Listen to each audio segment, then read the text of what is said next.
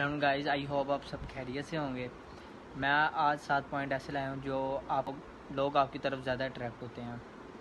7 में से कोई भी एटीट्यूड आप में नहीं है तो लोग आपको पसंद नहीं करेंगे, आपकी तरफ अट्रैक्ट नहीं होंगे, क्योंकि जो भी शख्स सबका पसंदीदा इंसान होता है उसमें ये एटीट्यूड ज़रूर होते हैं। तो आगे बढ़ने से पहले जल्दी से हमारे चैनल को सब्सक्राइब कर लें और साथ ही बेल आइकन को ऑल ऑप्शन पर सेट कर दें। और आखिर में मैं आपको एक बहुत ही कमाल की टिप दूंगा जो आपको कामयाब बनाएगी। नंबर 1, दोस्तों, अगर आप कोई मूवी देखो जिसमें एक हीरो होता है, वो अपने फ्रेंड सर्कल का लीडर होता है, जिसकी बात सब लोग सुनते हैं, वो रिस्क लेता है, वो एडवेंचर से बड़े काम करता है, वो किसी भी नए चैलेंज के लिए रेडी रहता है, लोगों के आगे नहीं रोता, बहादुरी से अपने मसले हल करता है, तो मूवी देखते हुए हमें वो करैक्टर बहुत अच्छा लगता है। हमारा दिल करता है कि हम उससे मिलें, उसके साथ तस्वीर बनाएं। हालांकि वो सिर्फ एक मूवी का हीरो होता है। तो दोस्तों, रियल लाइफ में जिसका ऐसा एटीट्यूड होता है, लोग तो उसके दीवाने हो जाते हैं। दोस्तों, अट्रैक्टिव लोग सिर्फ अपने काम में ही नहीं बल्कि अपने सोशल सर्कल में भी लीडर होते हैं। वो कभी पहले कदम बढ़ाने से नहीं डरते, किसी के आगे रोना नहीं रोते, उन्हें कभी किसी अनजान से बात करने में डर नहीं लगता, वो खुद पर यकीन रखते हैं। तो आप भी ऐसा एटीट्यूड अपनाएं। नंबर 2, बिल्कुल क्लियर रहो। अगर कोई शख्स बार बार अपनी स्टेटमेंट चेंज करता रहता है, जो बोलता है उस पर एक्शन नहीं लेता या झूठ बोलता है, तो ऐसे इंसान को लोग बिल्कुल भी पसंद नहीं करते।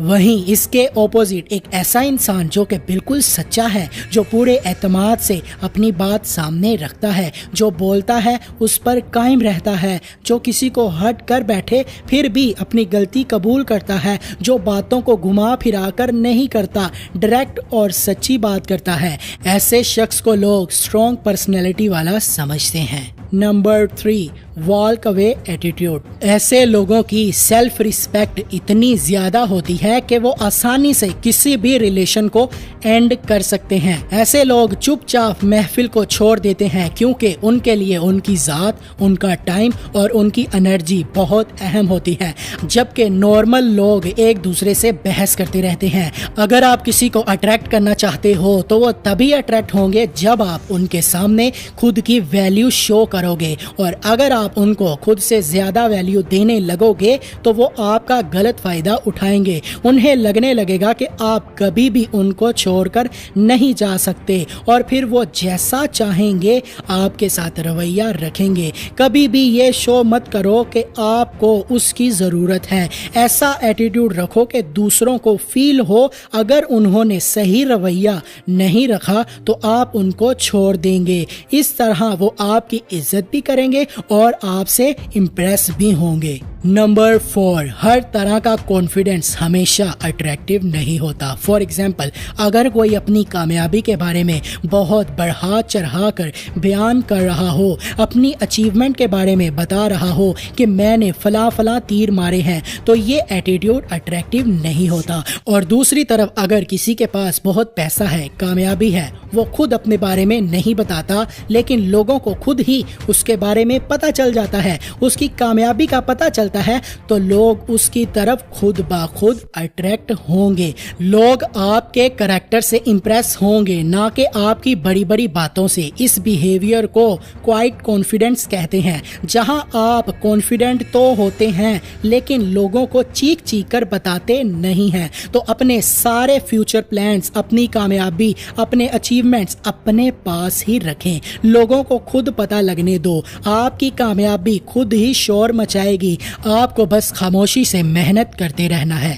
नंबर 5, साइकोलॉजी के मुताबिक अगर आप गलतियां करते रहो तो लोग आपकी तरफ ज्यादा अट्रैक्ट होते हैं। बहुत से लोग तो अपनी गलतियों को छुपाने के लिए किसी भी हद तक चले जाते हैं। वो झूठ बोलते हैं, माइंड गेम्स खेलते हैं और अपने आप को यूं जाहिर करते हैं जैसे कि वो बिल्कुल परफेक्ट हैं। जो लोग अपनी मिस्टेक्स नहीं छुपाते, अपनी खामियों को तस्लीम करते हैं और उनको दूर करने की कोशिश कोशिश करते हैं, मेहनत करते हैं, गिर कर उठते रहते हैं, वो ज़्यादा अट्रैक्टिव लगते हैं। कोई भी इंसान बिल्कुल परफेक्ट नहीं होता, गलतियां हम सब से होती हैं और गलतियों से सीख कर ही हम आगे बढ़ते हैं। तो इस तरह के एटीट्यूड से लोग आपसे जुड़ने लगते हैं, अट्रैक्ट होते हैं। नंबर 6, रिजेक्ट करना। फर्ज करें कि आपने किसी से मिलने जाना हो, उसे टाइम दिया हो, लेकिन एंड वक्त पर आपको कोई और ज़रूरी काम निकल आता है, तो आपने जिससे मिलने का प्लान किया होता है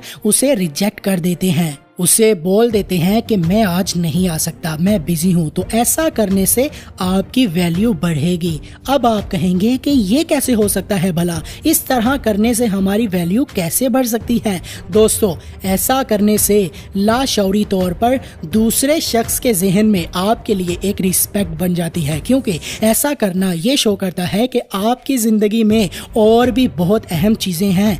आप एक फ्री इंसान नहीं हैं जिसके पास हर चीज़ के लिए वक्त है, बल्कि एक मेहनती और कीमती इंसान है जिसके पास बहुत काम होता है, सब कुछ मैनेज करना होता है और हर वक्त फ्री नहीं होते। दोस्तों, आपको लगता होगा कि अगर आप अपना अहम काम छोड़कर किसी के लिए टाइम निकालेंगे तो उसे बहुत अच्छा लगेगा, वो आपको ज़्यादा पसंद करेगा। तो दोस्तों, ऐसा नहीं है।